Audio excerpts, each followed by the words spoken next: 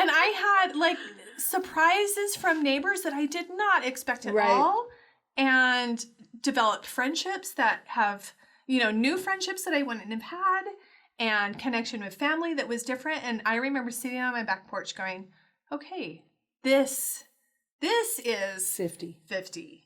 And it took me a long time to even say it, be able to say, I'm 50.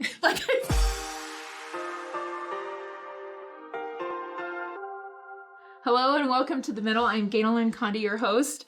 And I'm so excited because my bestie is here. We have been talking one long conversation for how many years? What, 15? Yes. 16? Yeah. I feel like 15. we literally started a conversation and it has just continued. Yes. For 15 years. Well, we talk to each other even when we're not talking to each other. Yes. Like we have conversations in our Yes. It's So really this is Shawna Fillmore. Hello. The Oprah and the Gail. Right. Oprah. No, Gail. I don't know. I think they're both substantially accomplished women in their own right. Yes. But sure. I think that I wanted you to come on the show because there's no one that knows me better.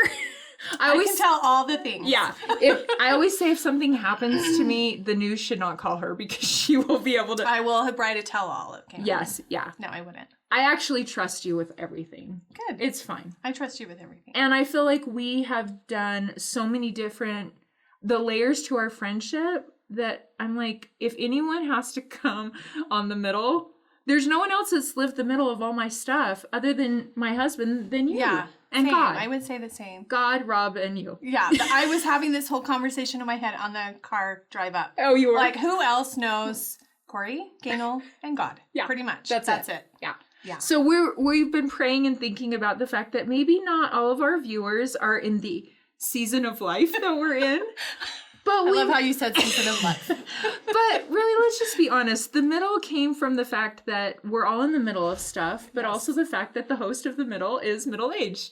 Me. Yes. So I think there's a perspective, and we were talking about this, that in our 20s and 30s, I didn't hear anyone talking or writing or discussing at family gatherings about being middle-aged. Right.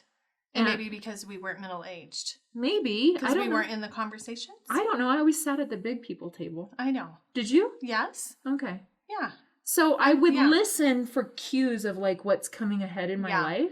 Yeah. But my perspective of what this age would feel like, I remember a few years ago talking with you a lot of like, where are the people talking about our lives? Yeah. And so I hope some of what we talk about today touches on that, but not just that.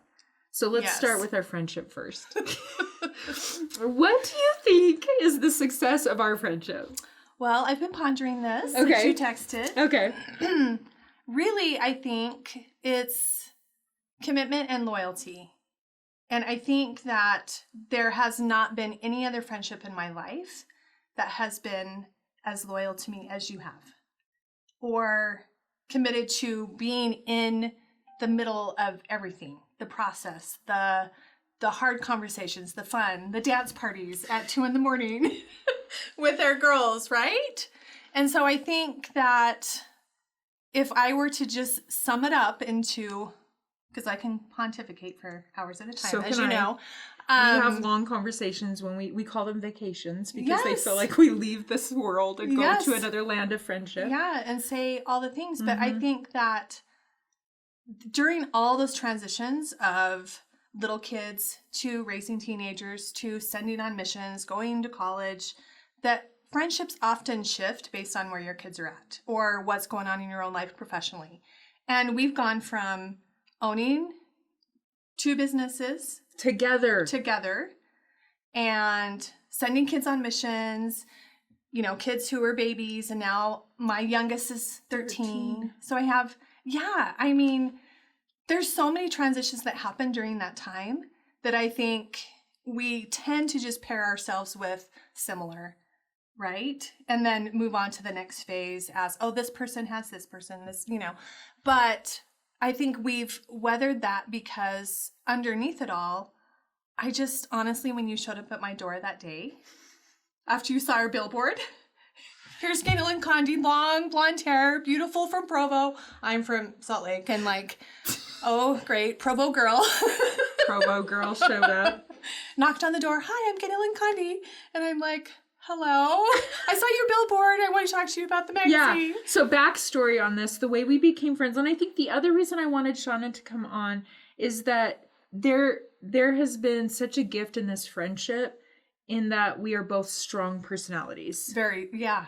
Yeah. And I think oftentimes, especially like in junior high, in high school, especially for girls, I don't want to overgeneralize, but don't you find, because you work in the junior high, so we're going to talk about middle school and middle of our friendship, but she's also in the middle of being with teenagers a lot, that it's sometimes hard to navigate really deep friendships when maybe, like you said, seasons change in our lives. Mm-hmm. So I think sometimes you've noticed, like, okay, well, we had these friends in high school, but then you go to college and you're not friends. Right. Or then you go to college and then you get married and then those married friends don't translate with you. Or then you have your first child and all those transitions. Yeah. We've done a business together. So Shawna was part of a regional magazine.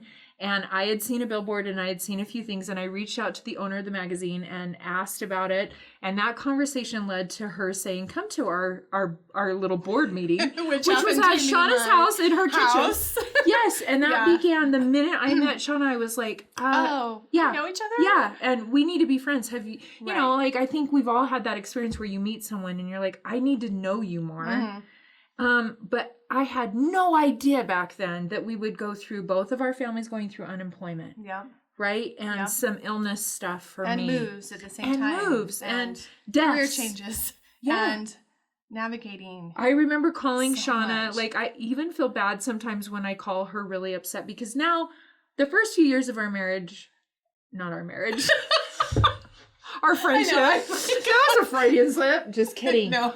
The first few years of our friendship, I think we talked every day. And if we didn't, multiple times a day. Yeah, our kids are little. Kids were playing. Yeah, and we live close to each other, and we don't now. Right. You're in Salt Lake County. I'm in Utah County. You work full time, the north and the south, and we're busier, and so we don't talk as often. But I feel like we just keep a conversation going all the time. Right. But I will say this.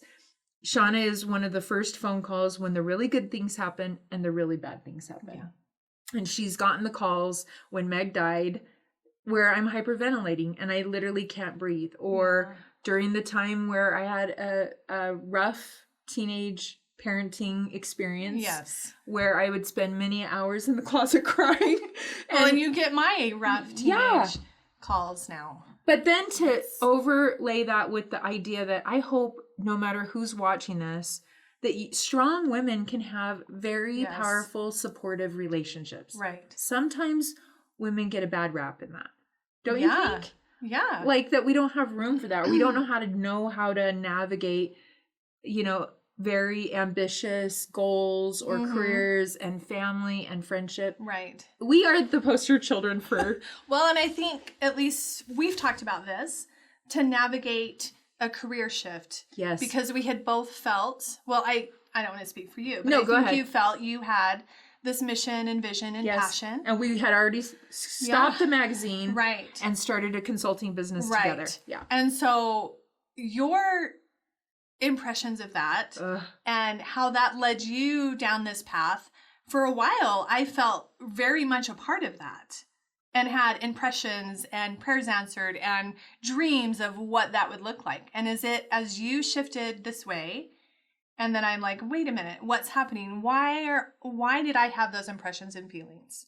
And what does that mean? Well, the Lord completely took me on a completely different path. And that was when my oldest started middle school. Because then Andrea and I did the consulting business. Yeah, our other friend. Yes, our other friend Andrea did the consulting business. Because God was saying to me, it's time for you to start heading in this direction. And I was like, no. And I'm like, okay, I'll go too. I know, but it didn't work. Wait a minute, I want to stay with my bestie and keep working together. And God was just, and then you went with our friend and kind of did that for a while. And now, and that led to a really powerful, share what you're in the middle of right now. I'm in the middle of teaching middle school. And that started, I had a friend say years ago, always be where your kids are in the middle. So in my mind back then, that was like, okay, when they go to middle school, that's where I'll be. So we literally closed our consulting business. Mm-hmm. And then I had this very specific prayer, inspiration, like almost audible experience voice say, go to the middle school. And I'm like, well, they don't have volunteers there. Like, what am I going to do? To the junior high. Yeah. Me not knowing anything, I just walk into the front But office. that's what I love about you. That's so Shawna. She's like, okay, God, goes to the middle school. Yeah, but I'm like, so do you have any room for volunteers? No, but we need some 17-hour aides in special ed. I'm like, great. Gray's in middle school, and it's 17 hours a week. It's perfect. It feels like such a break from what I had been doing for so long before. Yes, because you had a career in corporate America. Right. You had Marketing, started the business. magazine. You had 2, and then had Sethy Boy, who just turned Yes. 13 yesterday. We After- call him Sethy Boy, and he's like taller than me, but I know. whatever. He asked me today, is Ganel even more famous? It's true. It's true. He did. Sethy She has her own studio. Yes, it's her own studio. My special yellow couch studio. When you sent stuff. him cookies yesterday, I he's said- like, did she drop them off? Oh. Because I didn't get home till Right. later because of parent-teacher conferences. And so Corey's like, they were delivered, but here's a note. Oh. They love each other. We have memories of her sweet baby. This is also for the working moms out there, where sweet Sethy, as a toddler, would go into big boardroom meetings with us and our clients. And he wanted to be there with he us. would just sit there with his crayons and color. And I'm like, okay, I wish someone would have told me in my 20s, like, hey, by the way, We can do that. you can have kids and do a career. And Right. maybe young moms today are like, yeah, I totally can do it. Yeah. But we Yes. felt like we were forging paths that I know. we didn't see anyone ahead. So, Right. anyways. Anyway. Yeah, so you go from corporate to... Yes, to school, thinking that I was just going to go right in there, but I had never really been in education at all.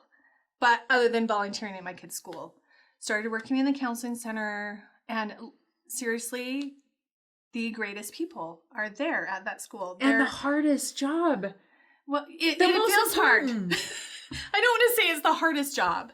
Well, but I don't know. I think feels teenagers today in the middle of COVID trying to teach in education, shout out to all the teachers in the middle of school right now. yeah, It's intense. It's intense. Yeah. And last year was my first official, like, going into the teaching world, getting my licensing, doing all the classes, and then our school, and it was just intense. And I remember just coming home and just sobbing, like, I've heard this is the hardest job on the planet, but I think it is. I think it really is. Like, I feel like I've done some hard things before. Yeah. But I was not prepared at all. And I had been in the school for like 3 years even before that. Yeah. So Tell everyone what you're teaching. What do you I currently teach college and career. Yes. And so she has a cool like laser printer. we do tech 3D stuff printing, and- high tech. We explore all the different careers, which is really It's so cool. it's my It's I like don't your wanna say it's my corporate life and your blended in mothering, with- and it's like blended in with education. yeah. Right? So So yeah, what makes it's- you hopeful being in the middle of middle school? Oh my gosh. I have you guys. Who am I talking to? The world. The world. I don't even know. Like today, it makes me emotional, but there was a class that We came snort, in. laugh, and cry here. You know that. Okay. They're the greatest. I have so much hope and admiration for them. They are resilient. They are just sponges ready to learn. Yes. They come in, and part of it, I'm sure, is that they were home for 5 months before, like, we don't want to do homeschool, we'll do whatever. Yeah. We'll put on Whatever. masks. We'll hand sanitize. Yes. We want to be at school. We want to be there. And I don't want to say homeschool. I should say quarantine school, because Online that's schooling, different. yeah. Online schooling, right? And they want to be there. And I told this class today, they were just, I mean, it's my biggest class. And we spread out as much as we can, and we're all in masks, and we're hand sanitizing. And I said, okay, guys, I want you to know something. I want you to listen. I want you to look in my eyes. You are going to solve some big problems in this world because you guys are a united community. And they were just like, you could just feel it tangibly in that room. You have a diverse school. very, very diverse school. We have kids that go to, Hawaii for Christmas. And we have kids that ride the bus to the homeless shelter. Yes. And we have multiple languages, multiple cultures. And it is really awesome to see them just all come in together, and they work together, they have conversations, they talk about the hard things. And I'm just like, this is kind of where it's at. It's where I feel that I'm supposed to be. And that is a really, really good feeling, no matter how hard it is. So I think that is such an important point, because oftentimes, you know, you reach a certain age and you're like, those youngins of today. Right. But I think we have spent hours talking about all the political unrest, the racial issues. We've talked about it on the middle. Mm-hmm. We've talked about wrestling with educational decisions and all the things that people are grappling with right now. Mm-hmm. And when we had our TikTok teens on the middle, mm-hmm. they were so hopeful. Yeah. And I said the same thing to them, that you are the leaders of the future, mm-hmm. and you're going to find the solutions. And I think you and I were just talking, I think it was last week, when it's easy to feel discouraged when you watch the news. You see all the unrest, you see all the discord, mm-hmm. you see all the fighting and irritation that's happening on Twitter and Facebook. And then you're saying you're sitting in this diverse school, which is this like microcosm of what could be. Yeah. And everyone's really like working with being in the middle of a pandemic, and navigating all the vulnerability that's happening. Right. And I'm just going to say, and I say this to you all the time, I Marco Polo her so she can replay it. Yes. Is that what a gift you are. Oh. For a time when I taught junior high, I remember walking into the junior high that I taught in, and the maps on the wall hadn't been moved for 2,000 years, because when you took them down, it was like all faded all the way around. Yeah. And I worked in a really like low socioeconomic, drug infested, gang infested, and they were just, like you said, sponges and grateful for any amount of attention and light. And I've told you before, like all your life experiences and your talents and your strengths that I've seen in business and as a friend, for these kids to see that in you, mm-hmm. and to feel that from you every day, I mean, it gives me hope that quality teachers are in the schools, and you're one of the top. Well, and I know, and I know all your business. I know, because so I'm not just like being Pollyanna about it. Okay. I promise. And I think it's important, like for parents that are watching this, for teens that are watching this, for college kids that are like grappling with the idea of being teachers, because they need good teachers. Yes. Yeah. I'm thinking, if you're even considering about making an impact on the world, mm-hmm. education, I'm just going to do a plug. It's a really amazing, powerful place to be. It's a lot to navigate. Right. I'm not going to say that, but looking at corporate and education, everything that you go into, there's a lot to navigate. So I would say go with what you're most passionate and what you love most, because then everything else is easier to navigate. Well, and I think that leads me into the next middle I would like to discuss. I think we're both of the middle age. Yes. Not the Middle Ages, but our teenagers would say otherwise. Yes. Shawna's already 50. I'm fast approaching. Yeah. She's always ahead of me just by a few months. So I'm like, how is it up there? Is everything okay around the corner?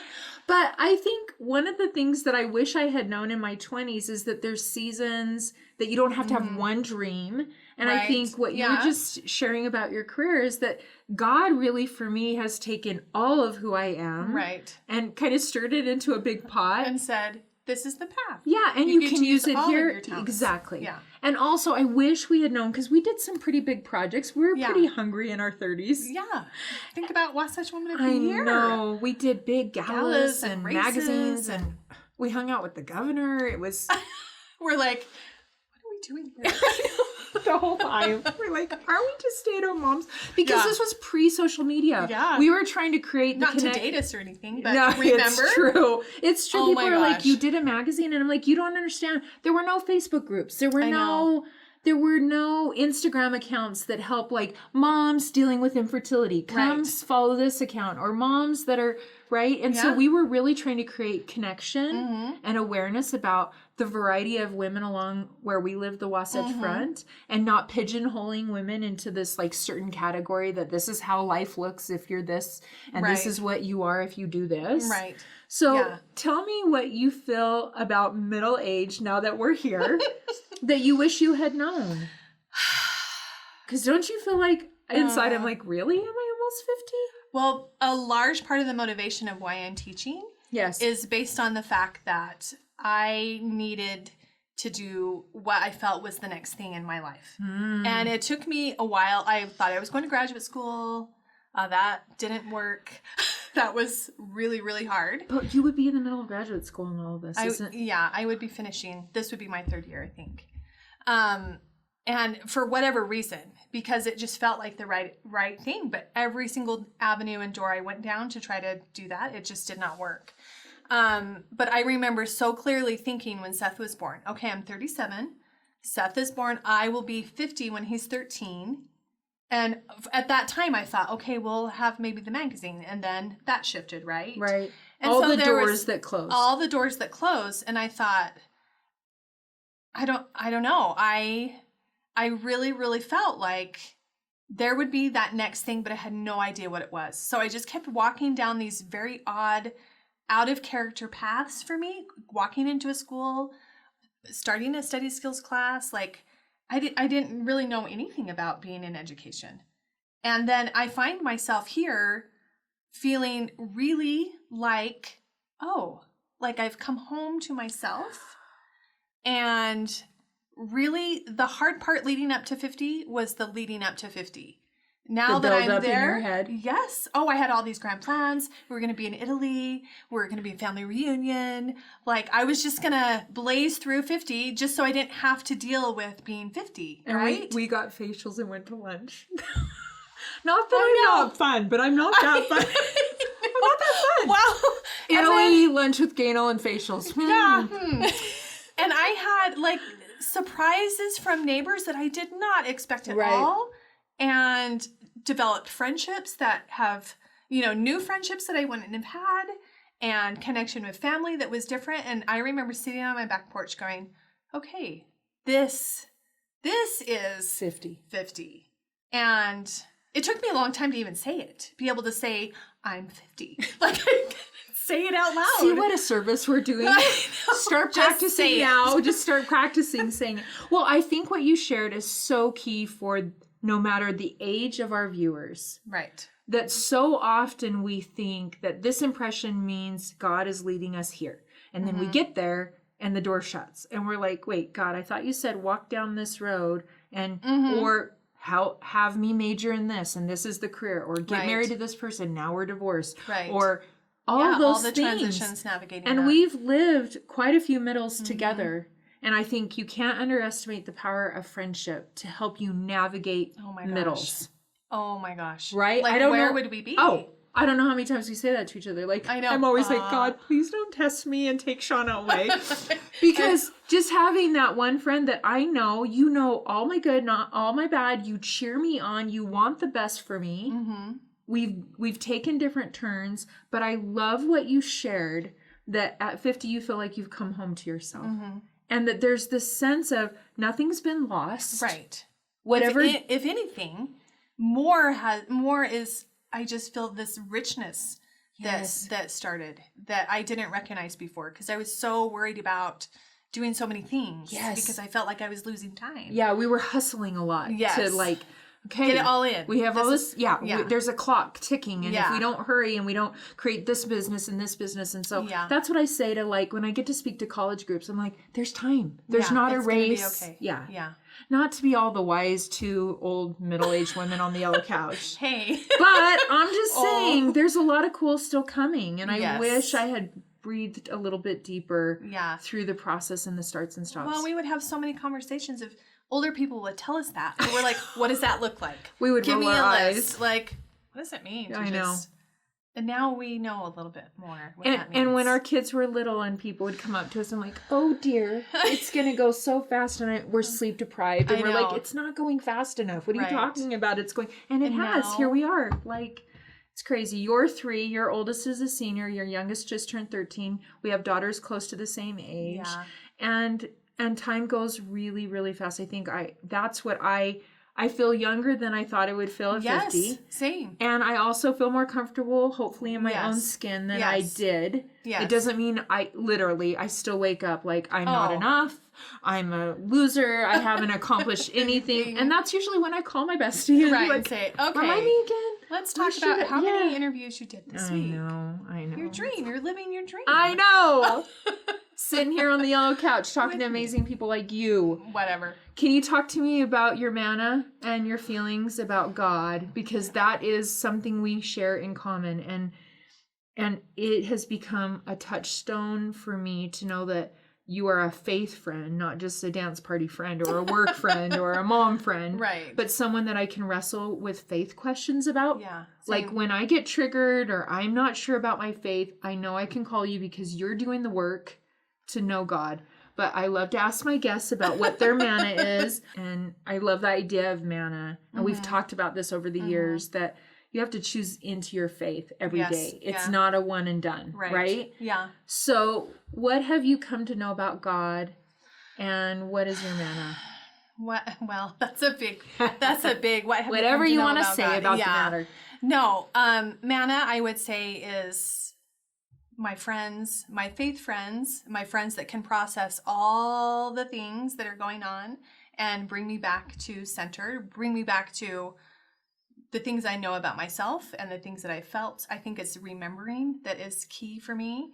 Remembering and gratitude, I think, are one of my two biggest keys.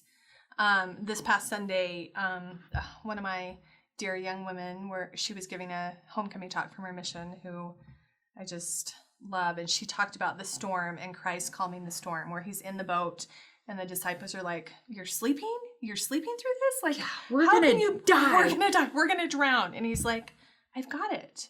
And I have felt that a lot.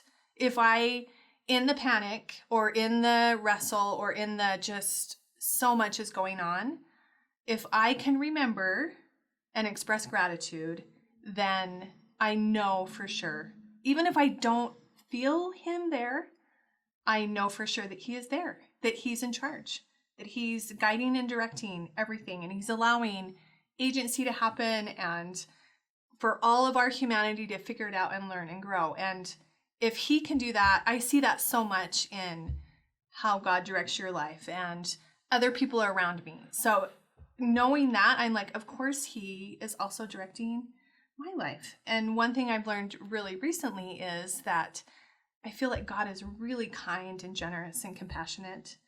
And if he is that way to all of us and keeps giving us chances, then can I see myself that way? Can I be kind and generous to myself too? And just give myself patience and space to kind of figure this out and learn and grow, and just being uplifting and kind and generous assumptions to everybody who everybody else is trying to figure it out. So I would say those that would sum up. I love that. And I love that you're a journal keeper like I am. And you also, I think it's okay if I share this interesting fun fact. Shawna's one of her spiritual gifts is God talks to you in dreams. Yeah, I have lots of dreams. So she'll have dreams sometimes about me, and it's very revelatory because God's like, I've been trying to tell Ganel-Lyn something. She is not listening. So I'm going to give Shawna a dream, and then Shawna will call me up, and that's not one of my spiritual gifts. Right. And I just so appreciate you. I appreciate you in my life. I don't know where I would be. I don't know how I would have navigated. I mean, let's go down the list. From chronic illness to raising teenagers to Meg's suicide to multiple job losses to all the extended family drama. Sorry, they may be watching. I don't want to hear about it, but I'm just saying. And the changes of seasons of our lives and the identity crises that sometimes come, especially in the Middle Ages. Yeah. Right? Yes. I don't know what I would do without someone that I know I can talk to you on the worst of my days, and you still see the very best in me. I would say same with me. And that's such a gift. And when I do anything around mental health, I'm like, you just need one. You don't need 100. You need one person that you know. And if you have to pay a therapist, go pay a therapist for the time. Because I feel like God has been so good to bring us together. Right. And I cheer you on, and I'm just so grateful to be growing old with you. Oh my gosh. we are growing old when our together. kids were little, we were like, oh, can't you wait when we're retired and we're just sitting on the... And now our girls are like, they're acting old. I know. Like, and we don't see ourselves as No. old. No. Although I don't feel old, and then I look in the mirror and like, oh yeah, I'm old. I look at It's pictures not. of ours from years ago. I'm I like, know. oh, look how refreshed we look. Yes. And our girls are so sweet. They've grown up together as well. We take them to Yes. the Nutcracker every year. I hope that Oh, happens this year with I know. COVID. You sent me those tickets. Yeah. Like, We're going to We're get like- tickets. We'll let you know. But this is the thing I'm going to say. I love what you have taught me, what you continue to teach me, how you hold space for me, how you cheer me on, how if all of this goes away, I'm like, Shawna's still going to love me. I know. And I loved will. what you shared, that God feels that way about me, but sometimes Yeah. I don't know it. And you always remind that to me. You remind me of that by saying, you know what? This is what I see. And this is what God sees Yes. in you. And so my prayer is for everyone that's watching that you have one Shawna in your life. Oh, and one Ganel-Lyn. Ganel-Lyn has lots of fans. Oh. And everybody that is around Ganel, they feel like they're her best friend. Mm, And she genuinely feels that way about you, right? I do. Yeah. So I know do. that about But there you. still is really only a few people that know all the stuff. Right? Yes. Yeah. So there comes with a price to know me this well. Thank you for being here. Thanks for having me. Thanks for sharing your middles with us and inspiring. And I hope we inspired one person to decide That's to be all. a teacher. Oh, yes. To be I a would love teacher. that. Let it message Yes. us and let us know. And share this episode with your middle-aged parents that need validation. Oh, that sounds.